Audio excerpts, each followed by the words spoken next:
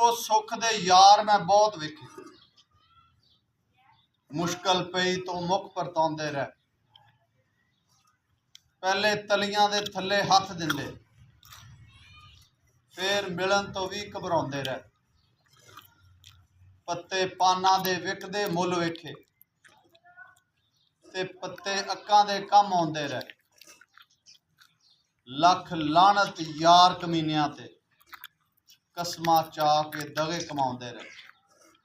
ਇਨਸਾਨ ਦੇ ਉੱਤੇ ਜਦੋਂ ਕੋਈ ਅਜ਼ਮੈਸ਼ ਆਉਂਦੀ ਹੈ ਨਾ, ਫਿਰ ਖਰੇ ਦੀ ਤੇ ਖੋਟੇ ਦੀ ਪਹਿਚਾਣ ਉਦੋਂ ਹੀ ਹੁੰਦੀ, ਕਿਉਂਕਿ ਖਰਾ ਉਹੀ ਹੁੰਦਾ ਜਿਹੜਾ ਅਜ਼ਮੈਸ਼ ਦੇ ਵਿੱਚ, ਤਕਲੀਫ ਦੇ ਵਿੱਚ ਸੱਜਣ ਦੇ ਨਾਲ ਖੜੇ।